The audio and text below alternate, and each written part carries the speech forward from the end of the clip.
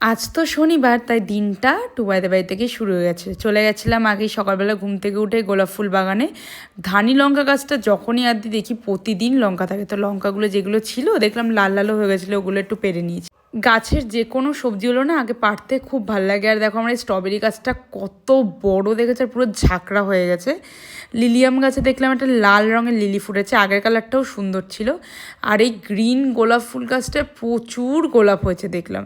আর এখানে শীতকালে কোকোর যেটা ডিউটি, এখানটায় শুয়ে শুয়ে রোদ পোহানো, আন্টি বানিয়ে দিয়েছিল রেড জুস।